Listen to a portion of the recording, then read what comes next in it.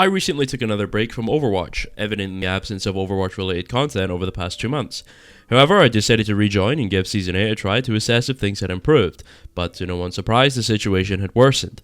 As I've been asserting for years, the game consistently deteriorates with each passing season, a trend that has become glaringly apparent in this pay-to-win iteration of Overwatch. I'd like to discuss some aspects that contribute to my dissatisfaction, especially ones that make me feel like this. Right, let's see how many times I've just used my entire magazine on him. I haven't even gotten through his armor yet. What are you supposed to do?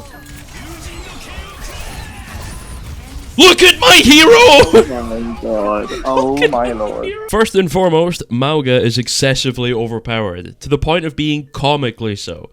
Regardless of your team composition, if the opposing side features a Mauga and a Kiriko, victory seems unattainable unless you opt to mirror their picks with Mauga and Kiriko.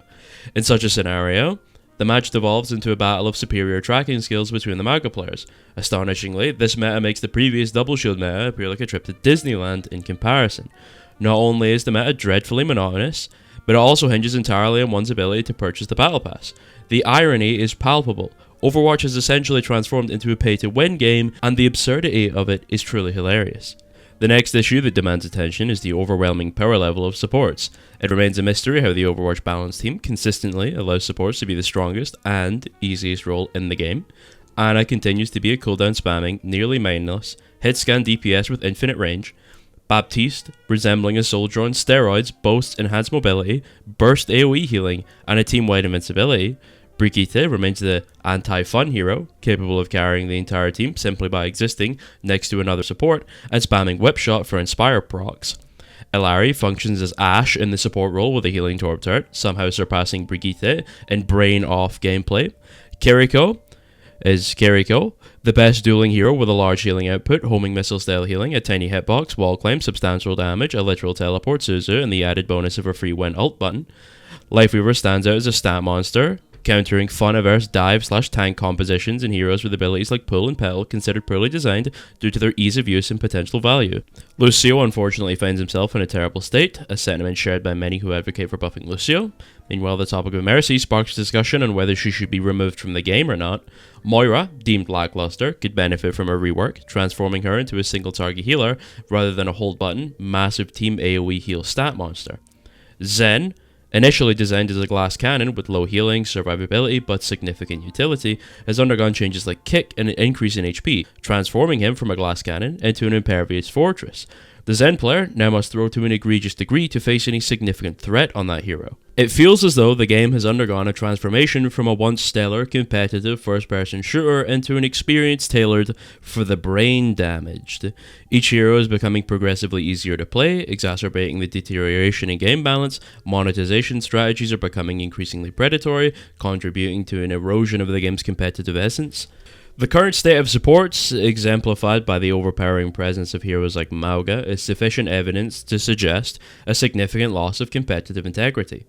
This concern is only amplified by a multitude of other issues, notably the deeply flawed matchmaking system that plagues the overall design of the game.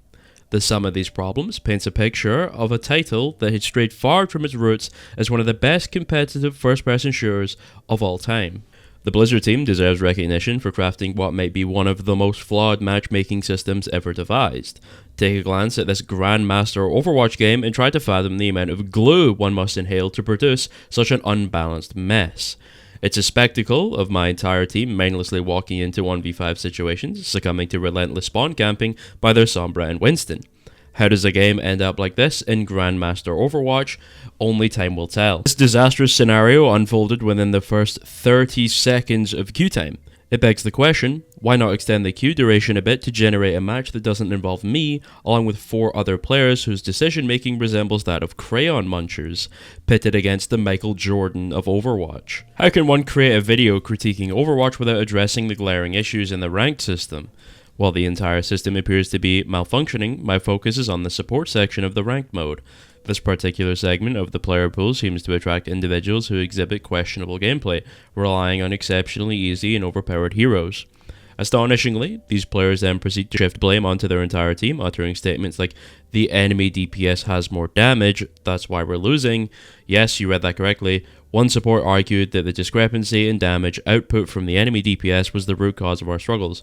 Astonishingly, Blizzard deems this a Grandmaster level understanding of the game. The rampant rank inflation is so severe that it almost appears intentional on Blizzard's part. It seems designed to provide a multitude of Platinum players with the false satisfaction of reaching Grandmaster status, enticing them to invest more in skins and playtime. This occurs despite their glaring shortcomings and the likelihood of being significantly boosted. While these issues permeate every role in the game, the support role, with its perceived ease and strength, seems to be particularly susceptible to these challenges. Furthermore, the pervasive rank inflation and rampant boosting exacerbate the existing imbalances in the entire rank system. Coupled with a dysfunctional matchmaker, each game evolves into a precarious gamble. Will you be blessed with the next coming of Christ, or will you find yourself teamed up with a 14-year-old who, despite playing the ostensibly easy Mercy, exhibits an audibly distressed demeanor in voice chat, demanding praise for executing the most basic tasks, like holding down the left mouse button, or resurrecting through a terrain more solid than the containment structure of the Chernobyl power plant disaster?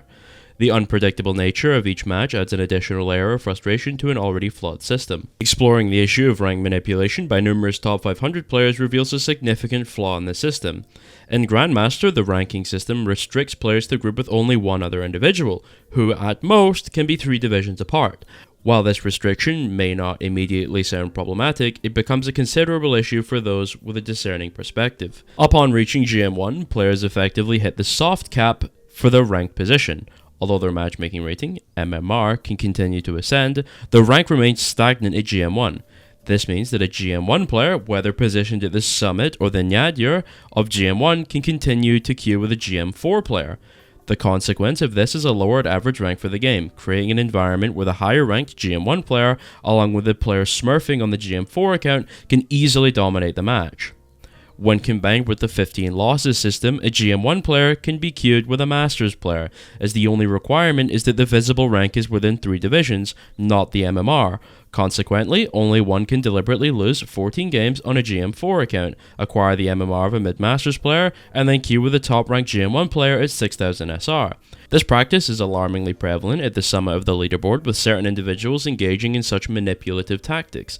And yes, the individual you're likely thinking of does indeed partake in these activities. Yes, he does play Pharah. And just to top it all off, and to end this video in a graceful way, why the fuck is Bastion still in the game?